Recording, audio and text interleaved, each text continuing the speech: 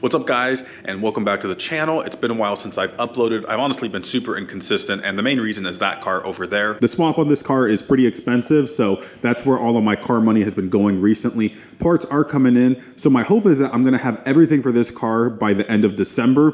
So that means January, I'll be able to do all the work, and come February, this car should be up and running. And that'll be perfect because it'll be pretty much just in time for season and to take this car out to the track. My goal is to really stick to that timeline because once I'm done with that car, I'm gonna come back to this MR2 and I'm probably gonna end up parting out the powertrain. And the reason for that is that this car is being built for road course events. And the chassis, I'm actually super happy with the development, where it's going. I'm very, very pleased with it. It's all headed in the right direction. The thing is though, this powertrain just isn't the right setup for what I want to do. There's really multiple things going on. There's heat soak issues just because the supercharger, I have thought about ways to address that, such as like an intercooler and some other things. It just adds additional cost and complexity, and really if I want to be hot lapping a car, simplicity is the way to go. The other factor that plays into that is just the simple fact that this swap is not well supported in this car. Now, I'm very grateful to have had the opportunity because this has given me a chance to really like learn and expand my knowledge base. But, and it's a huge but, anytime something breaks on this car, it requires just a lot of work, and I would much rather have something that's, you know, easier to work on. I can easily go and buy parts from a vendor. That way I have less downtime with it. My plan is to keep the engine in this car until I'm done with that one, just in case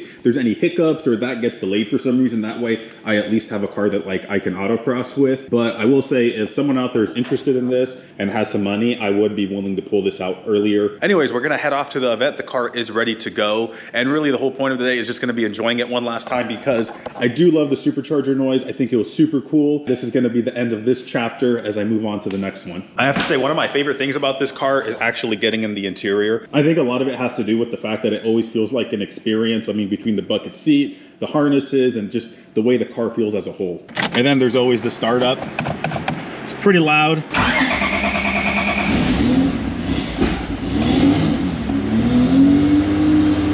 There she is. I'm giving it a little bit of throttle.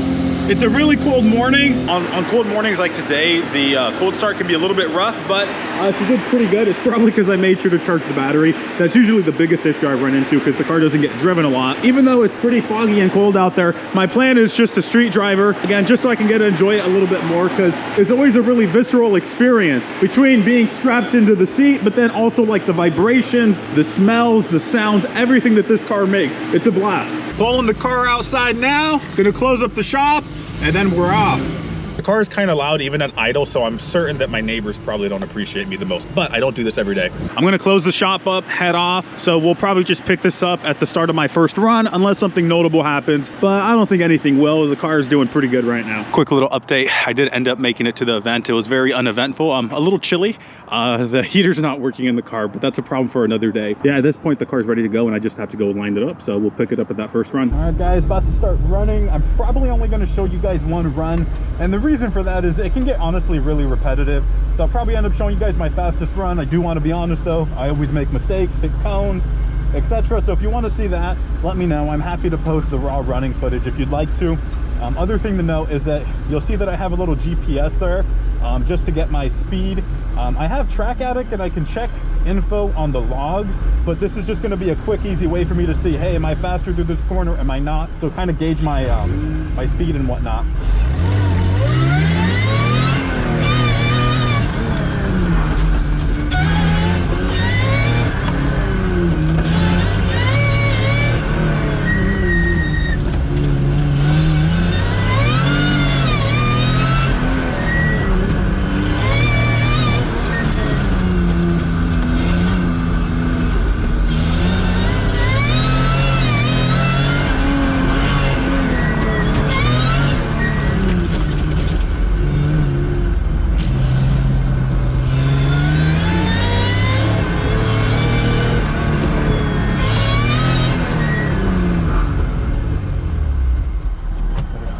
right, guys, I'm done with my runs. I don't think I got a single clean run. Every single one, I made some pretty substantial mistakes. Yeah, that's just the way things go. The car was fantastic. It was things like I overcooked the braking zone, went in too fast, tried correcting, things of that nature. And obviously when you're fighting the car, you're not gonna be fast. It's that old adage that boring is usually fast. So I gotta go work the course, and then after this, I don't know, we'll probably pick this up back at the shop and go from there. I made it back home. Car made it in one piece. Pretty happy with it, because today, between driving there, doing the event, and driving back, I drove it about, I don't know, 110, 120 miles all in. And then when I was running, I actually didn't turn the car off. So from about 9 a.m.-ish to about 10:30 a.m., it ran the whole time totally fine. No overheating issues or anything like that. So I'm very happy with the car, especially on the chassis side of things. It's handling really well, and it's getting dialed in pretty much kind of how I expected. Since I'm more comfortable with it, I really felt like I was pushing the car more and more, and it started to have a propensity to understeer, which really isn't the biggest surprise in the world. Reason number one,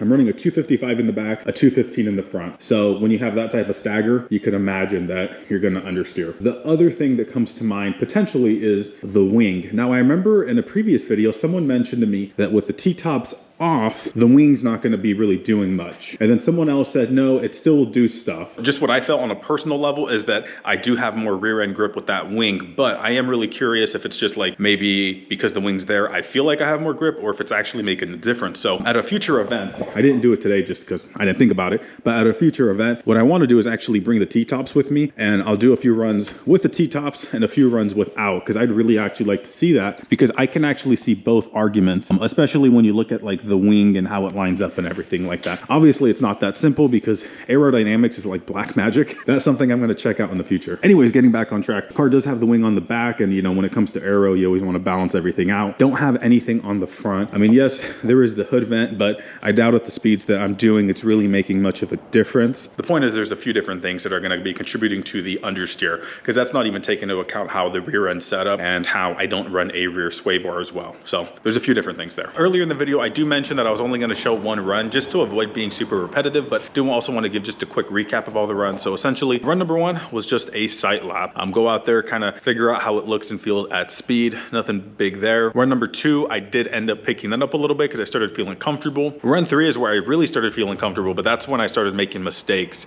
Going into that second corner, I went in just way too hot. It was way too much. I ended up washing out completely. Run number four ended up being my fastest run. On that third corner, I wasn't looking far enough ahead, and so I ended up taking a tighter lane than I should have. So on corner exit, I ended up pushing out wide. Then if we go to run number five, I felt like that run was going amazing. I was hooking and booking. Corner number three, again, the bane of my existence. I just went in way too hot, overshot my braking zone, and I just had to let out of it. And it sucks because I really think that run also, had I not made that just one little mistake there, it could have easily been, you know, a 38, if not a 37. I mean, this car is incredibly fast. It's just, you know, pushing those limits and, you know, making a little mistake here and there, and it cost me. I know at the beginning of the video, I mentioned that this is probably my last time autocrossing this car in this configuration. My thought was, I'm literally just going to take this whole powertrain, get rid of it, and go with the 2GR. When I was at the autocross event, there was actually a Lemons car. It was powered by J-Series, and that's when it kind of occurred to me. So one of my biggest issues is really just the heat situation. If I hot lap this car, the supercharger just becomes a really big limiting factor because of all the heat buildup. The thought that came into my mind is,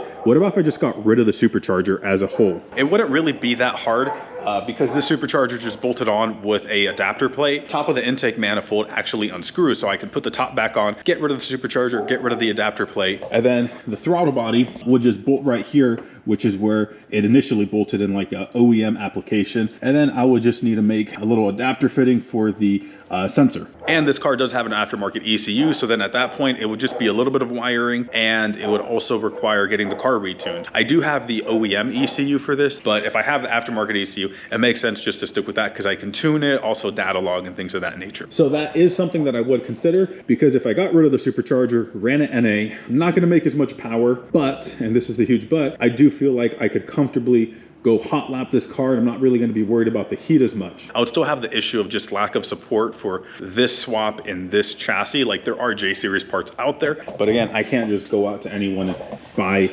engine mounts or axles or anything like that. What I was thinking though is, let's just say I did keep the J series in here, switch back to NA. I have that car over there, which could be the seat time car, because the 2GR is super reliable and there's lots of parts. So if this thing ever broke, I'd always have that as a backup. And when I take that into account, I'm like, well, it's not really the craziest thing in the world then to keep this J series, especially when I consider like the history of the car. Here's what I can say for certain. The powertrain setup is going to change on this car. I just don't know if it's going to be NA J series or if I'm just going to end up getting rid of it all and just going with the 2GR. Luckily, I do have plenty of time to think about it, since there's no rush on this or anything like that. So we'll see what ends up happening. And if, in case anyone is curious, hey, what about the chassis of this? Like, are you ever going to paint it or anything like that? Because it obviously has multiple colors on there. I will be painting it pretty much over this winter. I'm just going to be doing the body work little by little. I don't have the attention span to, you know, get this knocked out in a weekend and do all the body work. So pretty much I'll be going panel by panel, doing a little bit here and there until it's done.